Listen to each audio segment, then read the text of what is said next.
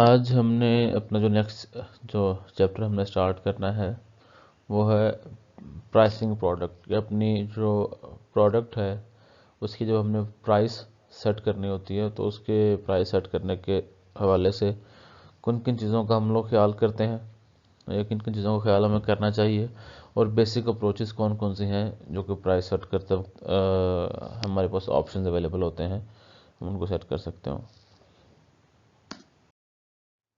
ये कुछ हैं लर्निंग ऑब्जेक्टिव्स हैं जो कि इस चैप्टर में हमने वो पूरे करने की कोशिश करनी है।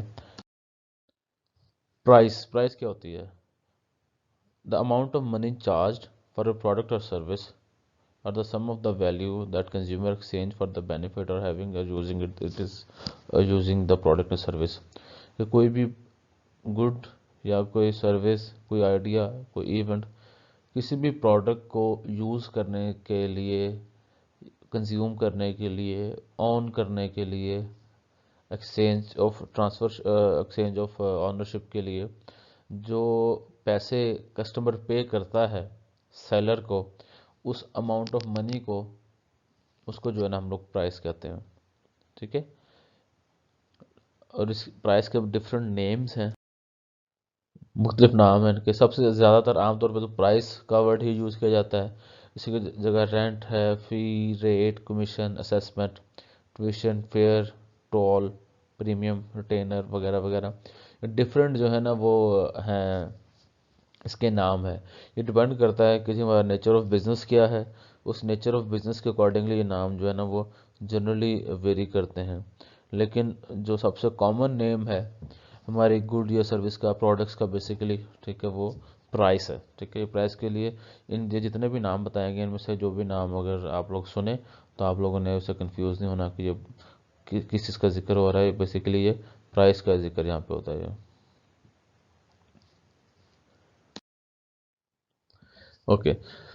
अब आगे मूव करने से पहले प्राइस के ऊपर इंटरनेट का क्या इम्पेक्ट है वो थोड़ा सा, बिल्कुल थोड़ा सा माइनर सा उसका हम देखेंगे कि आपकी जो इंटरनेट की वजह से जो कंपनीज की जो प्राइसिंग मॉडल है, जो प्राइसिंग स्ट्रेटजीज हैं, वो बहुत ज़्यादा जो है ना वो चेंज करने पड़ गए हैं। प्राइसिंग मॉडल, जो प्राइसिंग स्ट्रेटजीज कंपनीज को, उसकी रीज़न क्या है? ये है कि जी इंटरनेट की वजह से कस्टमर जो है वो एम्पावर हो गया, एम्पावर हुआ है क्योंकि उसके पास इंफॉर्मेशन ज़्यादा आ गई है। अब इंटरनेट के ऊपर बैठ के डिफरेंट जो है ना वो वेबसाइट्स हैं जो कि आपको प्रोडक्ट्स की क्वालिटी, प्रोडक्ट्स के फीचर और प्रोडक्ट की प्राइस जो है वो वहाँ पे बताती हैं कि जी फलां प्रोडक्ट की ये प्राइस है। तो ये जो इन्फॉर्मेशन है, ये इन्फॉर्मेशन कस्टमर को एम्पावर करती है। अब इस इंफॉर्मेशन की वजह से कस्टमर के पास कंपैरिजन जो है वो कंपैरिजन ईजी हो गए हैं। ठीक है। बल्कि कल मैं एक ऐड देख रहा था, फैसल कुरैशी एक है, पाकिस्तानी एक्टर है, उसको ऐड था, मुझे उस वेबसाइट का एग्जैक्ट नाम भूल गया मुझे। वो एक ऐप का ऐड था, उस ऐप में बताया गया था कि जी आपको कोई 12,000 वेबसाइट से जो है ये इनकी एप्लीकेशन डिफरेंट प्राइस और फीचर्स जो है ना वो इकट्ठा करके वो आपको जो है ना बताया कि आप किसी भी चीज़ को सर्च करना चाहते हैं तो तकरीबन 12,000 से ज़्यादा वेबसाइट या 12,000 के आसपास वेबसाइट्स का फिल्टर्ड डाटा जो है ना आपको वहाँ पे मिल जाएगा। यानी कि उस वेबसाइट, उस एप्लीकेशन का काम ही सिर्फ ये है कि आपको कंपैरिजन करके देना है उसने। अब इस तरह की सूरत हाल में जो इंटरनेट का जो रोल है, अब इसमें जो सेलर्स हैं, वो सेलर्स क्या क्या करते हैं या कर सकते हैं? Monitor customer behaviour and tailor offers. यानी कि वो इंटरनेट के ऊपर बैठ के कस्टमर बिहेवियर को स्टडी करते हैं, कस्टमर के फीडबैक के बेस पे, कस्टमर के सर्चेस के बेस पे, कस्टमर के जो है ना वो इंटरेस्ट की बेस पे उनको सर्च करते हैं। और सर्च करने के बाद उसके अकॉर्डिंगली अपनी ऑफर्स को, जिसमें प्रोडक्ट है, प्राइस है, उनको अल्ट्रेशन की कर सकते हैं customer to customer. Change prices on the fly to adjust for the change in demand and cost, के वो जो है ना वो अपने वो डिमांड एंड सप्लाई और डिमांड एंड कास्ट के हिसाब से जो प्राइसेस भी चेंज कर सकते हैं। Then end consumer with price comparisons. जी जैसे मैंने अभी आपको बताया कि प्राइस कंपैरिजंस जो हैं वो आपको बता सकते हैं कि जी जिस तरह वो एड्स के अंदर आप लोग देखते हैं कि सबसे सस्ता, या आपको बता देते हैं कि जी वो इस तरह कंपैरिजन वाली जो वेबसाइट्स हैं, ऐप्स हैं, जिस तरह मैंने अभी जिनका नाम लिया, उसकी बेस पे भी प्राइस कंपैरिजन मिल जाते हैं कस्टमर को। और ऑनलाइन ऑक्शंस हैं बी टू बी मार्केट के हवाले से, जिसमें बोलियां लगती हैं प्राइसेस को नेगोशिएट भी कर सकता है कस्टमर उसमें। ये चीज़ भी आपके उसका हिस्सा होता है। इंटरनेट की वजह से जो है ना इम्पैक्ट आया आपके प्राइसेस के ऊपर। अब price and the marketing mix कहते हैं कि जी आपका जो मार्केटिंग मिक्स का एक इम्पॉर्टेंट एलिमेंट है आपका प्राइस, 7 P's जो है उसका एक बहुत इंपॉर्टेंट एलिमेंट है। The only element to produce revenue, आपके मार्केटिंग मिक्स का ये वो वाला रेवेन्यू है, वो वाला एलिमेंट है जो कि रेवेन्यू प्रोड्यूस करता है, प्रॉफिट प्रोड्यूस करता है। तो इसलिए इसके ऊपर जो है ना बड़े ध्यान से काम करना चाहिए हमें। और ये जो है एज़ कम्पेयर टू अदर जो 6 एलिमेंट, ठीक है, ये इसकी जो अंदर एडजस्टमेंट है, जो फ्लेक्सिबिलिटी है वो ज़्यादा होती है। प्रोडक्ट को इतनी इजीली आल्टर नहीं किया जा सकता, जिस जगह पे चीज़ बेच रहे हैं उसको इतनी इजीली आल्टर नहीं किया जा सकता। लोगों को जो आपके पीपल हैं उनके अंदर जो चेंजिंग आपने वर्क करना चाह रहे हैं वो इतना इजीली पॉसिबल नहीं होता। सबसे इजीली जो पॉसिबल आपके पास जो एलिमेंट है जिसको आप लोग एडजस्ट कर सकते हैं अपनी ज़रूरत के मुताबिक, वो आपका प्राइस है, क्योंकि वो क्विकली चेंज किया जा सकता है। अच्छा, अब कॉमन प्राइसिंग मिस्टेक्स हैं कुछ के, आमतौर पर जो प्राइसिंग के हवाले से जो मिस्टेक जो बिजनेसमैन या मार्केटर्स करते हैं वो क्या है, reducing price to quickly to get sale, कि बहुत जल्दी जल्दी अगर आप प्राइस चेंज करने की कोशिश करते हैं कि ये सेल मेरी तरफ आ जाए, तो हो सकता है आपको शॉर्ट टर्म में तो उसका बेनिफिट मिले, कस्टमर आपकी तरफ आ जाए, लेकिन लॉन्ग टर्म में जो है ना वो आपको जो है नुकसान का बायस बन जाए वो। क्योंकि अगर आप जो है लॉन्ग टर्म में उसी प्राइस को आगे लेके चलेंगे, या अगर आप अभी प्राइस कम कर देते हैं कस्टमर को अपनी तरफ अट्रैक्ट करने के लिए, और बाद में जब आप प्राइस को इंक्रीज़ करेंगे अपने प्रॉफिट को मैक्सिमाइज करने के लिए, तो वो कस्टमर जो पहले आपके पास आया था वो आपसे जो है ना डिससेटिस्फाइड हो जाएगा कि इनकी प्राइस इन्होंने दोबारा इंक्रीज़ कर दी है। Price based on cost not customer value. अच्छा, एक ये भी मिस्टेक है कि हम प्राइसिंग सेट करते हैं कि जी मेरी प्रोडक्ट की कॉस्ट कितनी है, और कस्टमर के लिए हमारी प्रोडक्ट की वैल्यू क्या है उस चीज़ को जहन में नहीं रखते। तो ये भी एक जो है ना वो प्राइसिंग मिस्टेक है। अच्छा, क्योंकि आप लोग अक्सर, मैं आपको इसकी एक एग्जांपल दूं कि कस्टमर के लिए क्या वैल्यू है उस हिसाब से प्राइस रखने की। आप जो जाते हैं ना वो बच्चों के साथ किसी पार्क्स वगैरह में या इस तरह की जगह पे किसी प्ले लैंड वगैरह में, वहाँ पे वो डिफरेंट किस्म के जो है ना खिलौने बेच रहे होते हैं। लाइक वो कोई वो बैलून है या कोई इस तरह का कोई कोई खिलौना है वो जो वहाँ पे ना बेच रहे हैं। अब वो उसकी अपनी जो कॉस्ट है, उसकी उसकी अपनी जो कॉस्ट है उस खिलौने की, हो सकता है वो 20 रुपये हो, ठीक है, उसके जो है ना, लेकिन जब वहाँ पे वो बंदा बेच रहा होता है हो सकता है वो 150 रुपये 200 रुपये की बेच रहा हो। अब बच्चा साथ है, बच्चे ने जिद कर दी है कि जी मैंने वो खिलौना लेना है वो देख के। अब वो बच्चा जो है ना, बच्चे को तो नहीं इस चीज़ की समझ आनी है क्योंकि जो है ना ये इसका मुझे फ़ायदा है नहीं है, ये सस्ता मिल रहा है महंगा मिल रहा है। अब उसने ज़िद की है तो उसने अपनी ज़िद पूरी करनी है। अब वो जो है जो खिलौना बेचने वाला, उसको पता है कि ये जो बंदा है जो इसके बच्चे ने ज़िद की हुई है इसने इसको ये खिलौना लेके ही देना है। तो उसके लिए उस फादर के लिए या उस मदर के लिए उस खिलौने की वैल्यू बहुत ज़्यादा होती है उस टाइम, बच्चे को खामोश करवाने के लिए, बच्चे को खुश करने के लिए। तो उसकी वैल्यू के हिसाब से प्राइस चार्ज करते हैं। इसी तरह अगर उसको ब्रॉडर स्पेक्ट्रम में देखें तो जब प्राइसेस सेट करें या करने की कोशिश करें तो आप लोगों ने ये देखना है कि जी कस्टमर के लिए इस प्रोडक्ट की क्या वैल्यू है, ठीक है। अपने प्रोडक्ट की वैल्यू के हिसाब से जो है ना वो आप अपने प्राइस चार्ज करें। किसी के लिए वैल्यू अगर प्रोडक्ट की कम है तो वो उसके लिए ज़्यादा प्राइस पे नहीं करेगा। किसी के लिए वैल्यू ज़्यादा है तो वो आपको जो है ना अपनी वैल्यू के हिसाब से पे करने के लिए भी विलिंग होगा। अपने कस्टमर के लिए आपकी प्रोडक्ट की कितनी इंपॉर्टेंस है वो आपने ध्यान में रखना है अपनी प्राइस को चार्ज करते वक्त। अब ये कुछ फैक्टर्स हैं जो कि आपके प्राइसिंग प्राइस सेट करते वक्त जो है ना उस पर इम्पैक्ट करते हैं। कुछ इंटरनल फैक्टर्स भी हैं, कुछ इसके बाद एक्सटर्नल फैक्टर भी हम लोग देखेंगे। इंटरनल फैक्टर्स कौन कौन से हैं? मार्केटिंग ऑब्जेक्टिव्स, ठीक है।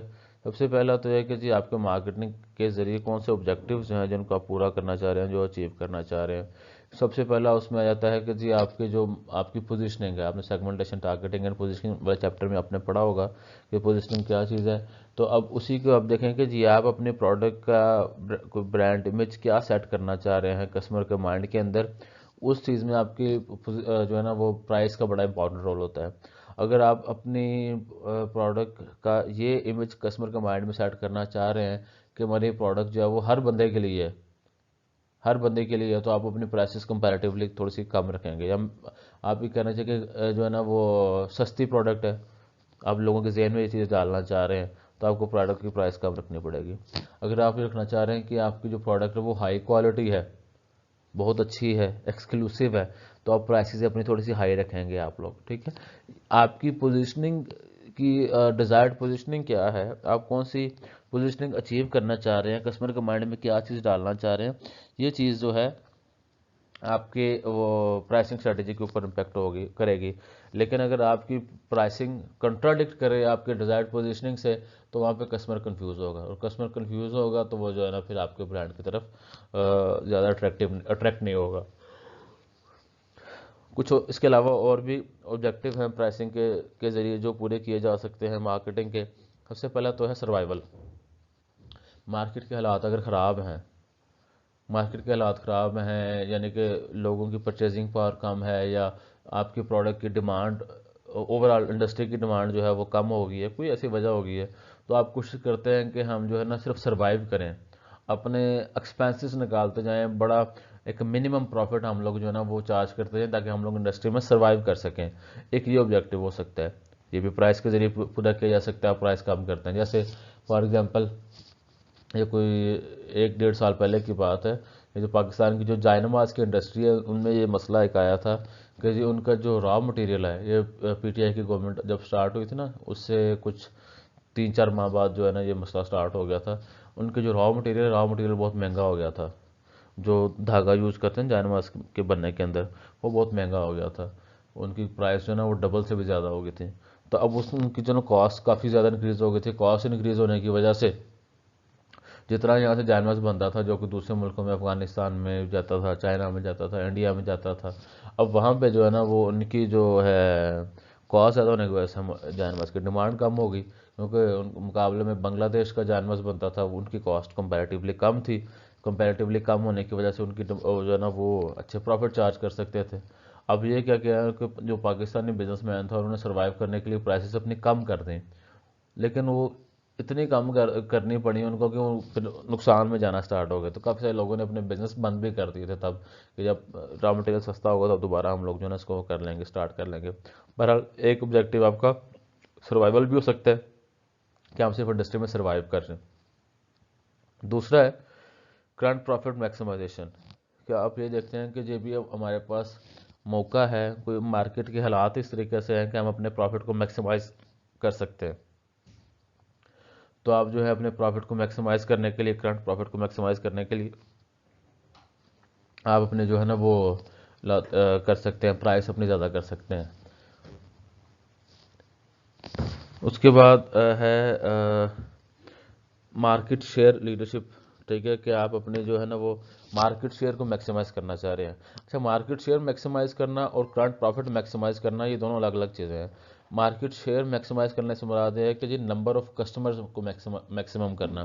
तो मार्केट में 100 कस्टमर हैं तो 100 में से 90, 95, 85 कस्टमर जो है ना वो जो है ना वो मेरे पास आ जाए, ये जो है आपकी आ जाता है वो उसमें मार्केट शेयर को मैक्सिमाइज करने का। लेकिन करंट प्रॉफिट जो है ये आपका रेवेन्यू के से डील करता है कि आपका जो रेवेन्यू है वो आपका मैक्सिमम हो। अच्छा, अब मार्केट शेयर को आप मैक्सिमम करना चाह रहे हैं तो ये भी आपकी प्रोडक्ट की नेचर पर डिपेंड करता है कि प्राइस कम करने से ज़्यादा होगा या प्राइस ज़्यादा करने से ज़्यादा होगा। लेकिन अगर हम एफएमसीजीज की फास्ट मूविंग कंज्यूमर गुड्स की बात करते हैं तो उस केस में आपकी जो प्राइस कम करने से आपके जो प्रॉफिट शेयर मैक्सिमम होता है, क्योंकि लाभ अब इकोनॉमिक्स में लाभ डिमांड पड़ा होगा कि जी आपकी प्रोडक्ट की प्राइस कम करने से उसकी डिमांड ज़्यादा हो जाती है और प्राइस ज़्यादा करने से उसकी डिमांड कम हो जाती है लाभ डिमांड के मुताबिक। उसके बाद नेक्स्ट है प्रोडक्ट क्वालिटी लीडरशिप।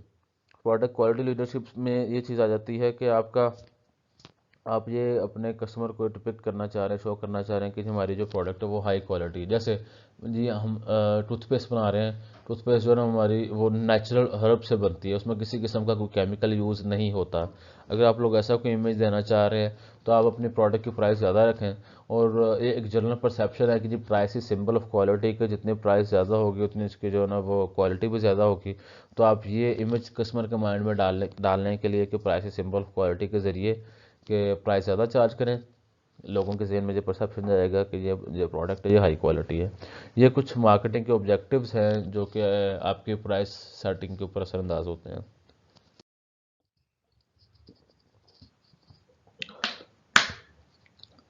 उसके बाद है मार्केटिंग मिक्स स्ट्रेटजीज, कि आपकी बाकी जो मार्केटिंग मिक्स के एलिमेंट हैं वो भी आपकी प्राइसिंग के ऊपर इम्पैक्ट करते हैं। Pricing must be carefully coordinated with other marketing mix element, कि आपके जो बाकी मार्केटिंग मिक्स के एलिमेंट है उसके हिसाब से आपकी जो ना प्राइसिंग स्ट्रेटजी जो ना वो आपने मद्देनज़र रखनी है। अब फॉर एग्जांपल आप एक क्लॉथिंग स्टोर बना रहे हैं, गारमेंट्स का स्टोर बना रहे हैं आप, जिसमें बड़ा फैंसी सा आपने एनवायरनमेंट दिया हुआ है, बड़ी कूल सी लुक दी हुई है, वो आपने वहाँ पे जो है ना वो एसी लगे हुए हैं, बड़े अच्छे से शेल्फ्स हैं, रैक्स हैं, आपका बड़ा ट्रेंड स्टाफ है, आपका बड़ी अच्छी उन्होंने वो स्टाफ जो है ना वो उनकी अटायर उनका बहुत अच्छा है। लेकिन इस तरह के माहौल में आप जो है वो लंडे के रेट वाला आप जो है ना वो कपड़े बेचना शुरू कर दें या इस तरह की चीज़ें बेचना शुरू कर दें आप, कि जिससे लगे कि ये लंडे का माल है, यूज्ड माल है, ठीक है, तो वो जो है ना आपकी चीज़ें कंट्राडिक्ट करेंगी कि एक तरफ एनवायरनमेंट इतना एलिगेंट है लेकिन प्राइसिंग इनकी से रिवर्स है, तो इससे जो है ना वो आपके कंट्राडिक्ट करेंगे आपके मार्केटिंग मिक्स के एलिमेंट। आपके मार्केटिंग मिक्स के अंदर कंट्राडिक्शन नहीं होनी चाहिए, चीज़ों के अंदर सिनर्जी होनी चाहिए, ठीक है। ये इसका जो है ना अपने मद्देनजर रखने एलिमेंट। दूसरा, target costing is often use to support product positioning strategy based on price, कि आप एक एलिमेंट जब भी आता है कि जी आप देखते हैं कि आपका जो कस्टमर है, आपका कस्टमर इस पर्टिकुलर प्रोडक्ट की, आपके प्रोडक्ट की क्या प्राइस पे करता है या कर सकता है, या कितनी प्राइस पे करने के लिए विलिंग है वो, ठीक है, आप उसके हिसाब से अपनी प्रोडक्ट की कॉस्ट को एडजस्ट करें। इसको बोलते हैं टारगेट कॉस्टिंग। आगे जाके इसके बारे में डिटेल से पढ़ेंगे अभी हम लोग, कि आपका कस्टमर आपके प्रोडक्ट की कितनी प्राइस पे करेगा या पे करने के लिए विलिंग है, उसके हिसाब से आप जब अपनी कॉस्ट को एडजस्ट करते हैं तो इसको टारगेट कॉस्टिंग कहते हैं। ये भी आपके जो है ना मार्केटिंग मिक्स का एलिमेंट है, कि आप उसके हिसाब से फिर अपनी अपने जो डिस्ट्रीब्यूशन है उसको मैनेज करते हैं, आप उसके हिसाब से अपने प्रोडक्ट के फीचर्स को मैनेज करते हैं ताकि आप अपनी कॉस्ट को कंट्रोल कर सकें। Non price positioning can also be used. अच्छा, अब इसमें ये भी है कि जी आपकी पोजिशनिंग के ऊपर लाजमी नहीं कि आपकी प्राइस का ही इम्पैक्ट हो, प्राइस के अलावा भी एलिमेंट है। जैसे अब वो जो है हम बात करते हैं इसकी, एक गाड़ी की कंपनी है रोल्स रॉयस, वो महंगी ज़रूर है लेकिन उसकी जो पोजीशनिंग की स्ट्रेटजी है उसमें प्राइस से ज़्यादा रोल उसके फीचर्स का है, उसकी कंफर्ट का है, उसकी रिफाइनमेंट का है, कि उनकी जितने भी जो बॉडी पार्ट्स हैं, कार के बॉडी पार्ट्स, वो बहुत रिफाइंड, हाई क्वालिटी और बहुत ही यूनिक उनका जो ना डिज़ाइन होता है। आपने ये चीज़ भी मद्देनज़र रखनी है कि जी पोजीशनिंग में प्राइस के अलावा कौन कौन से एलिमेंट हैं जो कि उस डिज़ायर्ड पोजीशनिंग को अचीव करने में हेल्प करेंगे, और उसके साथ साथ फिर आपने प्राइस को अलाइन करना है आपने। तीसरी चीज़ जो है वो है आपकी कॉस्ट, ठीक है, कि जी कॉस्ट भी आपकी प्राइसिंग के ऊपर इम्पैक्ट करती है। आपके इकोनॉमिक्स में आपने वेरिएबल कॉस्ट, फिक्स कॉस्ट और टोटल कॉस्ट का कॉन्सेप्ट पढ़ा होगा। इसके अलावा भी marginal cost, per unit cost, ये सारी चीज़ें आपने पढ़ी होंगी। आपने ये देखना है कि आपकी जो प्रोडक्ट को प्रोड्यूस करने में आपकी वेरिएबल कॉस्ट कितनी है, फिक्स कॉस्ट कितनी है, और आपकी जो टोटल कॉस्ट कितनी है, कितनी आ रही है, और जितनी आप प्रोड्यूस कर रहे हैं उसकी पर यूनिट कॉस्ट कितनी आ रही है, क्योंकि आप पर यूनिट कॉस्ट के हिसाब से कल को आप फिर अपने जो ना प्रॉफिट आपके अकॉर्डिंगली आपको एडजस्ट करने पड़ेंगे आपको। और टारगेट कॉस्टिंग, जैसे मैंने बताया, टारगेट कॉस्टिंग के ज़रिए आपको अपनी कॉस्ट को जो ना वो करना पड़ेगा, कंट्रोल करना पड़ेगा। आपकी कॉस्ट इम्पैक्ट करती है डिफरेंट प्रोडक्शन लेवल पे, आपकी डिफरेंट कॉस्ट जो ना होती है आपकी। जब आपने इकोनॉमिक्स में पढ़ा होगा कि जी अब आपकी जब सप्लाई कम होती है ना, वो प्रोडक्शन कम होती है, तो आपकी जो ना वो कॉस्ट, पर यूनिट कॉस्ट ज़्यादा होती है। प्रोडक्शन इंक्रीज करते जाएं, प्रोडक्शन इंक्रीज करने से आपकी जो ना पर यूनिट कॉस्ट कम होती जाती है, लेकिन उसके नतीजे में आप ये नहीं कर सकते कि जी आप अंधाधुंध प्रोडक्शन करें, आपको फिर भी एक कंट्रोल्ड प्रोडक्शन करनी पड़ती है अपनी प्रोडक्ट की, क्योंकि अगर आप लिमिटलेस प्रोडक्शन की तरफ चले जाएंगे तो आपकी प्रोडक्ट की आगे उतनी ज़्यादा वो नहीं होगी, खपत नहीं होगी, डिमांड नहीं होगी। जब डिमांड नहीं होगी तो आपकी प्रोडक्ट जो पड़ी पड़ी ख़राब होना, स्पॉइल होना स्टार्ट हो जाएगी, तो आपकी कॉस्ट फिर इंक्रीज होना स्टार्ट हो जाएगी। एक जो ना आपका इक्विलिब्रियम पॉइंट होगा जहाँ पे आपकी जो ना कॉस्ट आपकी वो जितनी पर यूनिट कॉस्ट एफिशिएंट हो सकती है उतनी कॉस्ट उसकी होगी। आपने वो देखना है कि जी किस प्रोडक्शन लेवल पे कितनी जो ना आपकी कॉस्ट है, उसके हिसाब से आपने अपनी प्रोडक्ट जो ना प्रोड्यूस करनी है आपने। और इस तरह जो जो आप लोग अपने प्रोडक्ट प्रोड्यूस करते हैं, आपको आहिस्ता आहिस्ता ये पता लग जाता है कि जी हमारी प्रोडक्ट को प्रोड्यूस करने में, कस्टमर तक पहुंचाने में कहाँ कहाँ पे वेस्टेजेस आ रहे हैं, कौन कौन से वेस्टेजेस को हम लोग कम कर सकते हैं। अगर हमारी जो प्रोडक्ट्स हैं अगर कुछ ज़ाया हो जाती हैं किसी वजह से, तो उन ज़ायाशुदा प्रोडक्ट्स को कैसे डिस्पोज करना है हमने, उनकी स्क्रैप वैल्यू क्या होगी। आपने अकाउंटिंग अगर पढ़ी है, अकाउंटिंग में स्क्रैप वैल्यू का कॉन्सेप्ट आपको पता होगा कि स्क्रैप वैल्यू हमारी प्रोडक्ट की क्या है, उसके ज़रिए हम अपने ओवरऑल कॉस्ट को कैसे कम कर सकते हैं। ये सारी की सारी चीज़ें आपको लर्निंग कर्व यानी के ज़रिए टाइम के साथ साथ आपको जो है ना इन चीज़ों का पता लगता है आपको। उसके बाद आपकी अदर ऑर्गेनाइजेशनल जो ना वो कंसिडरेशंस हैं। ऑर्गेनाइजेशनल कंस्ट्रक्शन में कंसिडरेशन में आपने सबसे पहले तो देखना है कि जी आपकी प्राइस सेट करने का अख्तियार किसके पास है। अगर तो छोटे बिजनेस होते हैं या मीडियम बिजनेस होते हैं, इसके लिए हम वर्ड बोलते हैं SME, small and medium enterprise. ठीक है, इस तरह की सूरत हाल में आपका जो अगर तो स्मॉल बिजनेस है जिनमें कोई एक आधा बंदा सब कुछ मैनेज कर रहा है, तो वो प्राइस सेटर होता है। मीडियम प्राइसेस होते हैं जिसमें आपके मीडियम लेवल ऑर्गेनाइजेशन, जो ना बहुत बड़ी ना बहुत छोटी ऑर्गेनाइजेशन होती हैं, उनमें आपकी जो टॉप मैनेजमेंट है वो प्राइस सेटिंग के ऊपर जो ना उनका कंट्रोल होता है। लेकिन जो बड़ी कंपनीज होती है ना, बड़ी कंपनीज में से टॉप मैनेजमेंट इस तरह के काम जो है ना वो अपने हाथ में सारे नहीं लेती। उनकी पूरी की पूरी टीम होती है मार्केटिंग डिपार्टमेंट के अंदर, जो कि कॉस्ट को, प्रोडक्ट की वैल्यू को, आगे डिमांड को और मार्केटिंग ऑब्जेक्टिव्स को मद्देनज़र रख के, मल्टीपल इस तरह के फैक्टर्स को मद्देनज़र रख के फिर जो है ना प्राइस को सेट करते हैं। वो बकायदा रिसर्च बेस्ड जो है ना प्राइसिंग होती है वो वाली।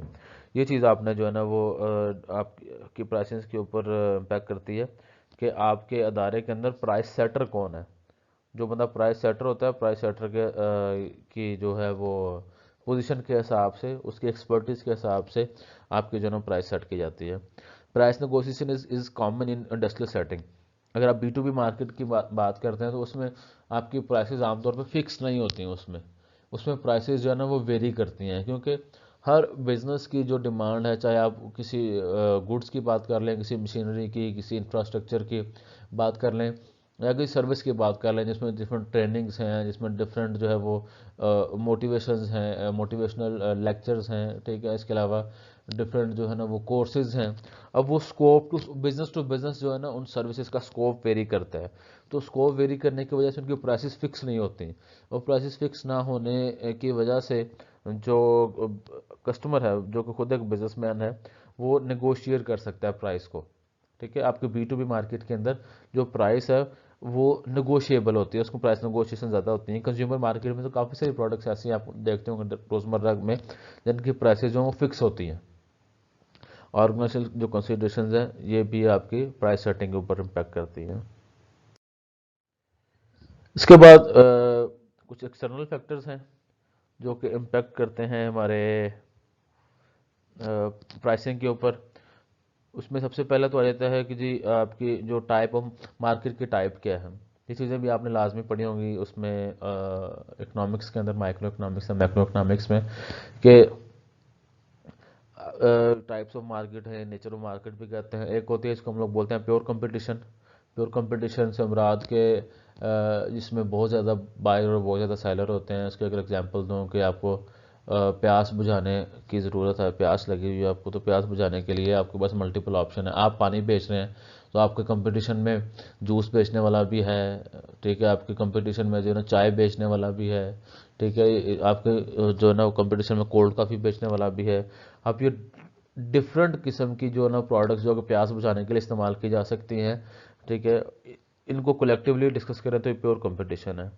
मोनोपोलिस्टिक कंपटीशन की बात अगर करें तो मोनोपोलिस्टिक कंपटीशन ये होता है कि आप पानी बेच रहे हैं।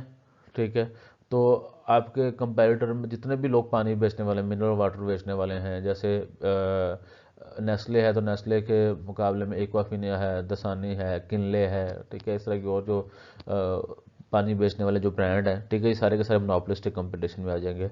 इसको थोड़ा और अगर नैरो डाउन कर लें तो उसको बोलते हैं ओलिगोपोली बोलते हैं, या ओलिगोपोलिस्टिक कंपटीशन बोलते हैं। इसमें ये चीज़ें आ जाती हैं कि आपके नंबर ऑफ सेलर जो ना वो कम होते जाते हैं। सिर्फ मखसूस चंद जो है ना वो कोई कोई 4-5 या इससे भी कम जो नंबर ऑफ सेलर्स हैं उनका होल्ड होता है पूरी मार्केट के ऊपर। 2-3 जो है ना 3-4 आपके होते हैं। इसके बाद अगर प्योर मोनोपोली की बात करें तो प्योर मोनोपोली में सिर्फ सिंगल सेलर होता है, आपके जो है ना वो पूरी मार्केट को कंट्रोल कर रहा होता है। जैसे आप लोग बिजली इस्तेमाल करते हैं तो बिजली के अंदर वापडा की जो है ना मोनोपोली है। वापडा जो है ना अपनी मर्ज़ी से वो बिजली के जो रेट्स हैं, जो स्लैब्स है, वो चार्ज करता है या कर सकता है वापडा जो है। इस तरह और भी नेचुरल मोनोपोलीज डिफरेंट छोटी छोटी मार्केट्स में भी हो सकती हैं। ये जो चार नेचर ऑफ मार्केट्स है, इसके अलावा भी होती हैं, लेकिन वो ज़्यादा डिटेल में जाने की ज़रूरत नहीं है हमें। आपको सिर्फ आइडिया होना चाहिए कि जो टाइप ऑफ मार्केट है वो भी प्रोडक्ट की जो प्राइस सेटिंग के ऊपर जो है ना इम्पैक्ट करती है। जितना ज़्यादा कंपटीशन होगा उतनी आपकी प्राइस के अंदर एफिशिएंसी आएगी। हर बंदा चाहेगा कि जी कस्टमर मेरे पास आए, तो वो प्राइस को जो है ना वो लो करने की कोशिश करेगा, प्राइस को कस्टमर की मर्जी के मुताबिक करने की कोशिश करेगा। लेकिन अगर मोनोपोली है किसी की, तो वो उसको पता है कि जी मेरा कंपैरेटर तो कोई है नहीं है, मैं अपनी मर्जी से जो मर्जी प्राइस चार्ज करता जाऊँ, कस्टमर ने प्राइस प्रोडक्ट परचेज तो मेरे से ही आगे करनी है एट द एंड। तो प्योर मोनोपोली में वो ज़्यादा प्राइस अपनी मर्जी की चार्ज कर सकते हैं।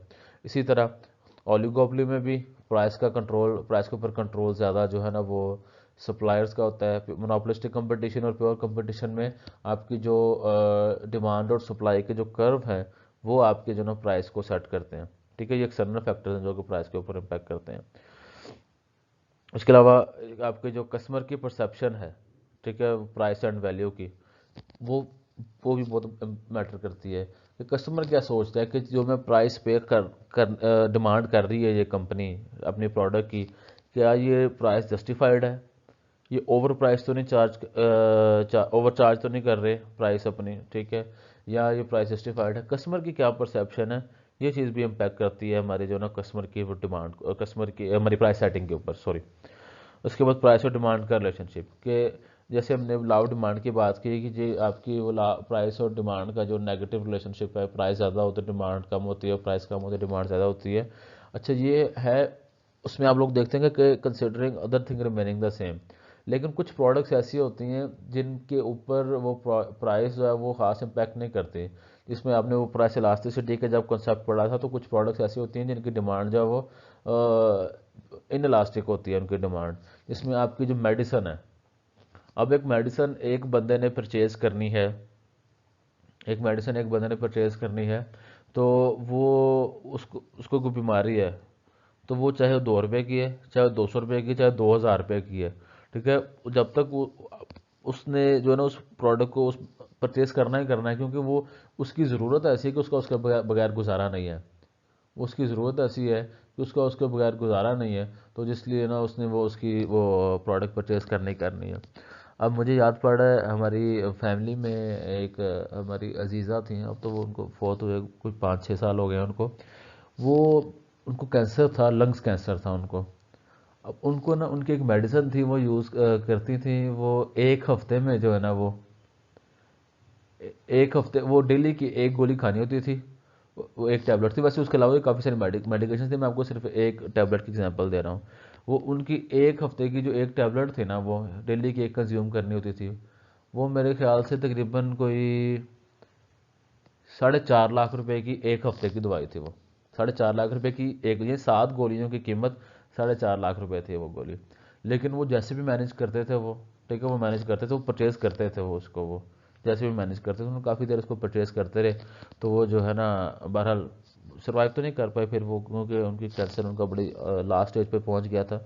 लेकिन वो प्राइस इतनी ज़्यादा थी, प्राइस इसके बावजूद जो है वो उसको परचेज करते थे उसको।